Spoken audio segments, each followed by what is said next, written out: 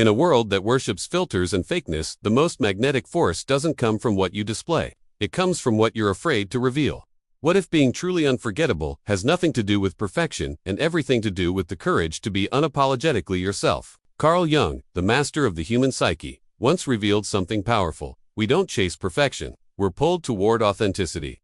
And the 7 paradoxical traits of truly unforgettable people. They're not the ones society told us to seek. They're the ones we were taught to mute, to hide, to quiet. But here's the twist. That piece of you've been hiding. It might just be the exact thing that sets you apart.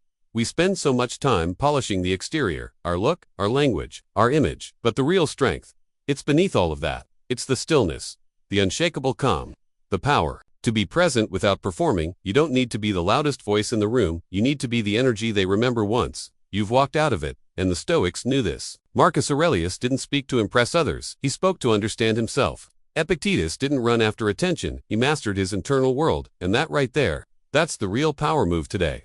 To own your truth so deeply that you no longer wait for permission to be powerful. So if you've ever felt like you're either too much or never quite enough, if you've ever given and still gone unseen, this message is for you, because we're flipping the narrative. We're about to unlock 7 truths that make someone unforgettable, not through strategy or charm, but through being so grounded in who you are that no one else could ever replace your presence. And if this speaks to something deep in you, if it wakes something up or brings you peace, then I ask one small free thing. Tap that subscribe button. That's how we grow this movement with truth, with soul, with no filters. Now let's talk real. Most of us are out here performing without realizing it. Not on a stage, not with a script, just every single day, trying to keep up. We edit our feelings like we edit our selfies. We post smiles while hiding exhaustion.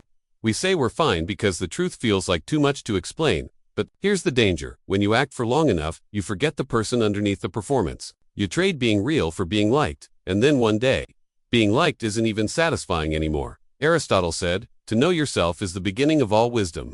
But how do you know who you are if you've spent your whole life becoming who they told you to be? This isn't just about social media. It's about mindset. It's the way we silence our opinions to avoid rocking the boat. The way we downplay our passions so we don't look too intense. It's the way we dim ourselves, because somewhere along the way, we were taught that being fully alive was dangerous.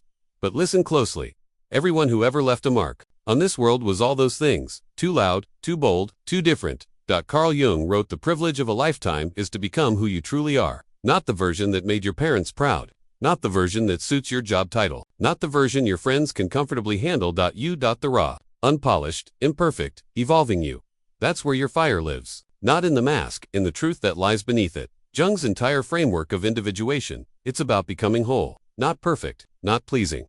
Whole. And wholeness, it's what makes you magnetic. Think about the people who changed your life. Were they perfect? Or were they honest? Even when it wasn't pretty, did they always have it together? Or did they give you permission to fall apart? Because they did, too. Those are the people who stay with us. Because in a fake world, real is revolutionary. Socrates challenged us to examine our lives, not coast through them. And that means asking the tough stuff. Where am I performing for approval? Where have I traded truth just to be tolerated? Sit with that long enough, and you'll start to see the cracks. The places where your identity got built on survival, not authenticity. And those places, they don't need shame. They need your attention, because that's where the masks live. And when you peel them off, you feel it. Freedom.